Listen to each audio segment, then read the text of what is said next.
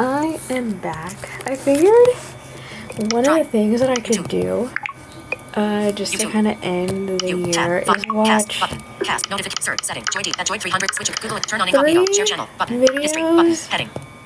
that I like and react to them.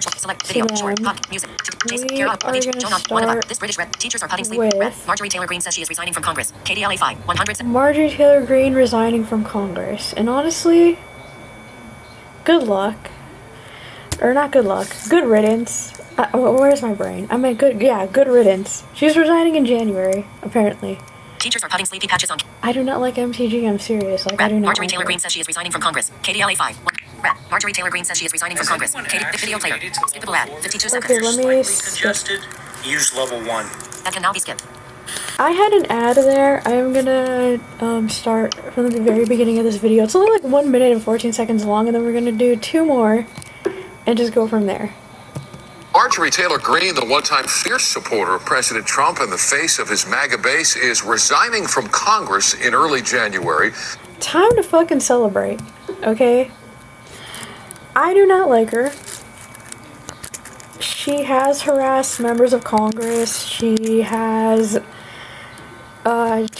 insulted a member of Congress, that member of Congress being Jasmine Crockett, back in 2024, and Jasmine Crockett hit her with a brutal one-liner, at least that's what I would consider it to be, when she's like, if somebody on this committee were to start talking about someone's bleach blonde, bad built, butch body, and I'm like, yo, that's amazing. That was what started that was what, like, solidified me pulling away. Like, me realizing, or like me, like, kind of solidifying, yeah, pulling away from this group in politics was, like, good for me. So yeah, let's continue. She explained why in a post on X. I have too much self-respect and dignity. I love my family way too much. Okay, as far as self-respect and dignity goes, I don't know. Also, dude, you kind of hit a low note like this one service coordinator from DOR. Your voice wasn't it meant to be, like, higher? What the hell, Marjorie Taylor Greene? And I do not want my sweet district to okay, what the fuck? The way she said that. You can tell this is just her running her mouth. have to endure a hurtful and hateful primary against me by the president that we all fought for, only to fight and win my election while Republicans will likely lose the midterms. And yeah, but you brought this upon yourself because you knew who you were supporting. At the end of the day, I do not feel bad for her. I don't. Fuck her. In turn, be expected to defend the president against impeachment after he hatefully dumped tens of millions of dollars against me and tried to destroy me. I don't feel bad. I honestly don't. When I do my video about, like, why I support AOC and Jasmine Crockett, and then I also want to do another, those are going to be 2 separate videos, but I also want to do another video. Marjorie Taylor Greene, horrible person, or just misunderstood. That was something I kind of wanted to do, and I'm like, I'm gonna probably come to the conclusion still that she's a horrible person. I don't feel bad if the president dumped, like, tens of thousands or millions or whatever of dollars against you. I don't care. You're a piece of shit. And I can say this because you are not my rep. I'm not in Georgia. Sue me, actually don't sue me. I'm in California. Leave me alone. I can say what I want about you. Screw you. Okay, moving on.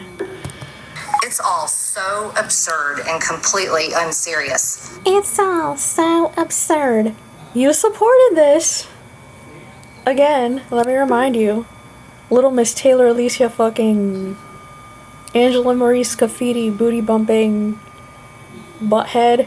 Jasmine Crockett insulting, AOC harassing dipshit. I refuse to be a battered wife, hoping it all goes... Oh. Battered wife. No. Okay, she was probably secretly married to Donald Trump. He's got Melania, and then he's, like, doing Marjorie Taylor Greene on the side. Okay, this is fucking funny. The away and gets better. The hard-right Republicans' announcement in a 10-minute video came just days after President Trump labeled her as a traitor for insisting the Department of Justice release all files related to the Jeffrey Epstein case. Okay, if in fact she, I guess, like, did that, then okay. But at the same time, I would still not trust her completely. So yeah. He has also clashed with the president on foreign policy and extending subsidies on Obamacare. The President Trump called Green's plans, quote, great news for the country.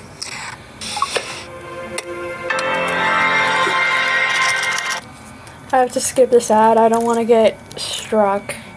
Okay, so this one is Nikki Haley's son wants to be the new Charlie Kirk. Okay, Nikki Haley, I kind of gave her the benefit of the doubt. Now, I don't know, dude. And look, you're probably gonna say it's her son. Okay, who raised him? Who is approving this? Her. I don't think you can keep her, like, I don't think you can keep her name out of your mouth on this one. I feel like she is just as much of an asshole as, like, the next GOP officials, so. Candace Owens, Nikki Haley's son. Yeah. Nikki Haley's son wants to be the new Charlie Kirk. Video player. Button. That Heading. Charlie Kirk's Hides player controls. assassination has set off Collapsed auto cast. Capture players preview. Rewind pause. Forward next 6 seconds elapsed. Full screen. Track position. 7 seconds. 11 minutes. 7 video player. Button. Heading. Exactly. Speech off. Everybody. There's Brylan Hollyhand, the son of like of a slumlord. Well, maybe I'd want to. The son of a. That's my opinion. Okay, Brylan Hollyhan, I don't know too much about. I know I watched a video about him like a couple weeks or so after Charlie Kirk died. I can't say too much because, like, I don't know too much about this Brylan Hollyhan dude, so don't expect that. I can't say anything, really. If you guys want me to do, like, a different video, let me know. But for now, here it goes. Based on the facts that I know. Matt's on camera now. But the developer. I would have thought like candy magnet or something like that, like with a name like that. It's so whimsical. I know, not just, trying to build housing in the. Candy magnet, do-do-do-do-do, candy magnet, do-do-do-do-do, candy magnet, do-do-do-do-do, candy magnet. Okay, moving on. The South, as his father's doing, that gets in private jets or whatever. And then, of course, there's the Fuentes stuff, who really seems to be in pole position there and the sort of bending over for everyone. But here's a new one. Nayland Haley? Yeah, Nayland Haley is his name. I was... okay, cool. That's fine. He's, we're going to see, I've seen some of this stuff before. I've seen his Instagrams of him like with his luxury car on the side of the road. But I'm curious to see how Nalin, whatever it is, on Fox News with, who is this? Who is it? Oh, Rachel Campos Duffy. Oh, wonderful. And this is his TV date. Wait, is she married to Sean Duffy? Because he said Rachel Campos Duffy, so is she married to Sean Duffy or one of his kids? I gotta find out. I might find that out later. Right now, let's just do this. View. This is the red carpet rollout. Ooh. We have Nayland Haley in his very first television appearance. This is the absolute best phone holder. Okay, when I said I don't want to get struck, I meant like I don't want my channel to get struck. So I'm gonna pause real quick and then I'm gonna skip the ad. Okay, 5, 4, 3, 2, 1, can put your phone. Thank you so much for joining us today. So why don't we start with what are these anxieties that your generation, I think I laid some of them out. What does your generation think is the answer to these anxieties? Well, the big problem is that we are seeing kids graduate with 6 figures in debt and not having a job to show for it. My main friend group graduated with great degrees from great schools. It's been 1.5 years since graduation, and not one of them has a job, not one. And when we look at all the other statistics, we see that 58% of recent college graduates are unemployed. Of those 42% that are employed, 50% of them are having temporary jobs or jobs that don't require a degree. And then when you look at affordability in the housing market, my parents probably bought their first house for $90,000, and now it's probably worth $400,000. I don't see how I'm ever going to own a home, and I do pretty... He's... sorry, I didn't mean... come I mean, back. I think he is going to be home. fine. I don't know what he's talking about. Well, for myself. Okay, so I agree there when they're like, he's gonna be fine. His mom, Nikki Haley, was the governor of South Carolina. I mean, I'm pretty sure politicians, most of them make like quite a bit of money. And Nikki Haley seems like the type that would kiss a lobbyist's ass. So, at the end of the day, it's like, he can shut up. He's gonna be fine. Everyone else is gonna be... like, anyone who doesn't have a luxury car and isn't, like... doesn't have money coming out of their butts like Nikki Haley is probably gonna be fine. Or, no, wait. Anyone who has money coming out of their butts like Nikki Haley is gonna be fine. Anyone else who doesn't, yeah, no. That's what I meant. Where's my brain? But yeah, who is he even friends with? Is he friends with, like, anyone who's, like, middle class? And like, anyone who's, like, struggling? Or does he just have, like, billionaire friends and he wants to make it seem like his main friend group is, like, a bunch of, like, broke college students? That's what I would like to know. Okay, moving on. Trying to relate to his audience that he cannot relate to, please. Yeah, okay, so that I also agree with. Like, he's trying to relate to an audience. Isn't that what all of these motherfuckers do? Isn't what all of them do? I mean, isn't that what all of them do? Why did I say isn't what all of them? Isn't that what all of them do? I'm just saying, like... yeah, that's what all of them do. And... look at how deep my parents are. And my brother. But let's move on. I mean, that's Trump's America. All his stories are my friend group because he can't talk about himself because he's a millionaire. Until right there. Yep. When he tried to pretend he wasn't never going to own a home. Please. I'm looking at him. It looks like I think this is in Europe somewhere on vacation. I'm looking at him. And the caption is, only thing lagging is the jet. I think he's going to be all right. Yeah, he's gonna be fine. I don't care about him. Nor do I care about Nikki Haley. Point out, for those of us that you're trying to, like, pretend you represent, Nayland, who don't come from, like, political dynasties, those are failures of capitalism you're talking. Okay, I don't think he's I mean, his mom was a politician. Grandparents on his mom's side of the family, I don't think they were politicians. I'm going to try to find the article and I'm going to see if I can link it in, like, a community post. But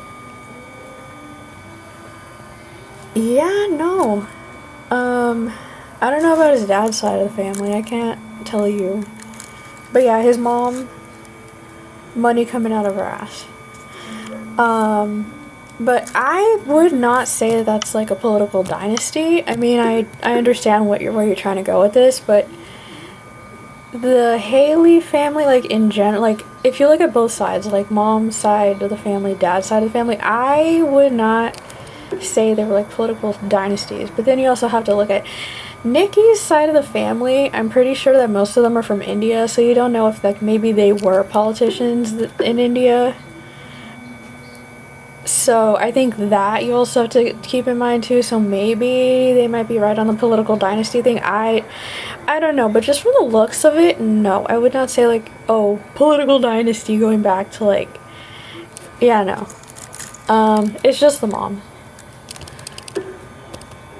I actually, like, I was always a sort of progressive Obama guy in college. It wasn't until the time after college, the year and a half, that I took sort of bouncing around jobs, including working on the set of Bob Wives for about a week. But where I couldn't actually put my NYU degree to use was actually very radicalized for me. And so I'd say all the young people who graduated with college and are now looking at debt because you don't have, parents like Nayland who can just pay for your college in this really expensive time. You should never have a permission from a fucking banker to pay for your college. The United States government should have done it for you. You should not be in debt. And it is an attack on you. It's a class assault. This is class warfare that you are indebted with that. John Swartz of The Intercept has a great piece. But they're never gonna agree on that. If they do, or not if they, if they catch you saying something like that, they're gonna basically call you a communist. So, yeah. About the Reagan administration advisor literally saying, we are at the risk of producing an educated proletariat. That is something we cannot do, and that's... But wouldn't being educated be like a good thing? So, Ronald fucking Reagan. May his soul rest in peace.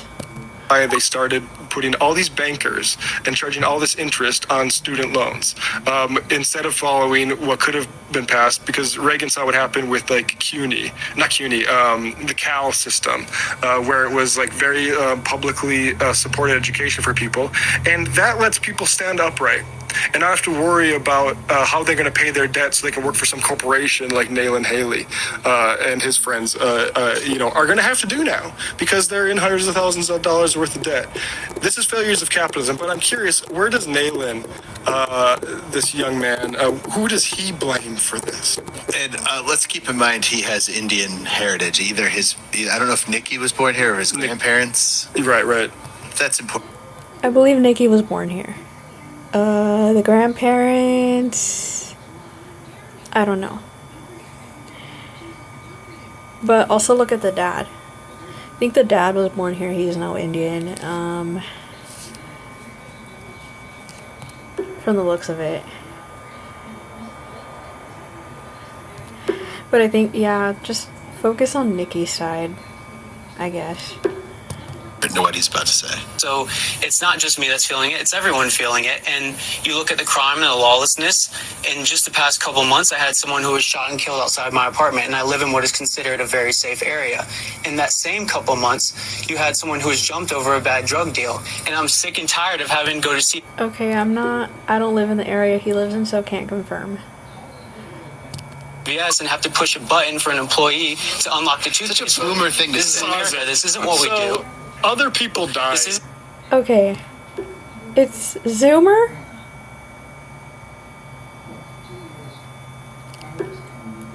And I can tell you that because my brother's like a Zoomer. How things... Other people dying in sensationalized crime thing, which is, again, this is the strategy for as long as media has been mass media, literally the pre-Civil War era. A huge part of the reactionary press was about sensationalizing horrible incidents that happen and using that to cultivate reactionary sentiment. We hear about somebody dying in a drug deal, somebody getting shot with the guns. And what is the solution to that is, I guess, just more cops. Let's pay for more and more police to do this, despite, we jail more people than anyone in the world per capita. Let's play a little bit more.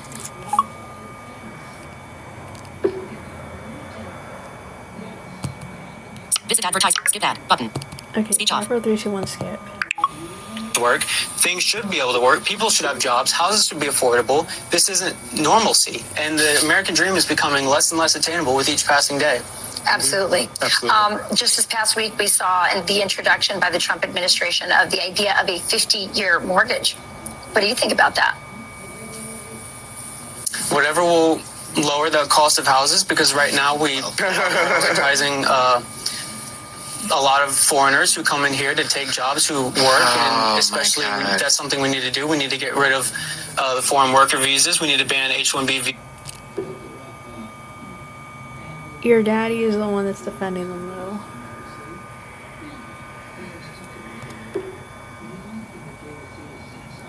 Why did I have a feeling he was going to be in agreement with, the 50-year mortgage? I mean, I think Ben Shapiro was as well. But let's go on. Visas, and we need to punish companies that are not putting... I should just point out. Yeah, this interview happened, I think, the day before Trump said, actually, Americans are talented. We need those H-1B visas. No talented people in America. I think those are his exact words. Yeah. Just said we have talent. He goes, no, you don't. No, you don't. No. And the right wing is right for the absolutely most heinous reasons about H-1B visas.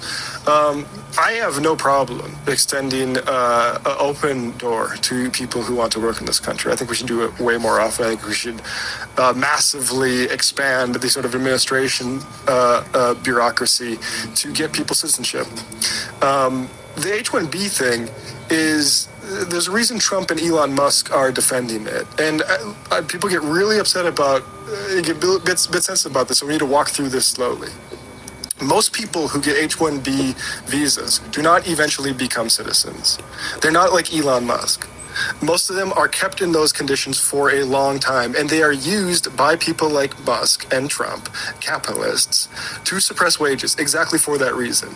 The way around that is, if we need you to come to this country to work, whether, first of all, it shouldn't be determined by like the capitalists. So like this whole thing of you need to pay $100,000. Well, what if hospitals need certain types of specialists or something?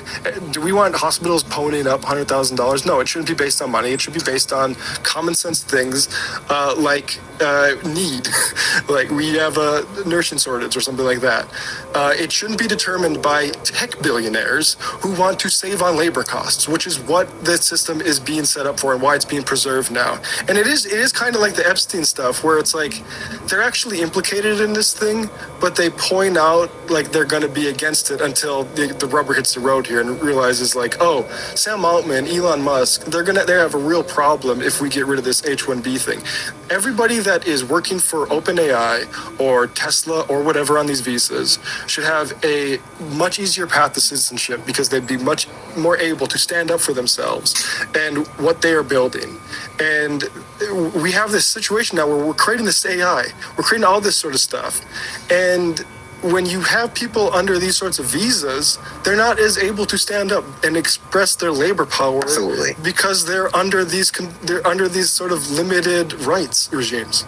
No, it's so true. Like H-1B visas are something that people really honed in on, but it's just one mechanism by which like the working class is stratified, segregated and made precarious. Like H-1B visas exist because the type of worker that Speech on. Video player. Collapse. Auto. Cap. Player. Preview. Rewind. Pause. Forward. Next. 9 minutes 44 seconds elapsed. Video. Collapse. Auto. Cap. Player. Preview. Rewind. Pause. Forward. Next. 9 minutes. Full. Draft. Nikki Haley's son wants to be the new draft position. 9 minutes 50 seconds. Nikki Haley's son. The majority. Subscribe to the majority report. W/Sam Sater. Button. The Select. Like this video along with video player. Button. Heading. Deporting Hides player everyone controls. That just wouldn't work for Microsoft, for the tech oligarchs who control our society. But it's not the only tool, right? Like totally undocumented status is just one tool. Health insurance being tied to your workplace is another tool that is, used against documented or naturalized citizens. The whole purpose is just to keep the working class against each other, but also as precarious as possible.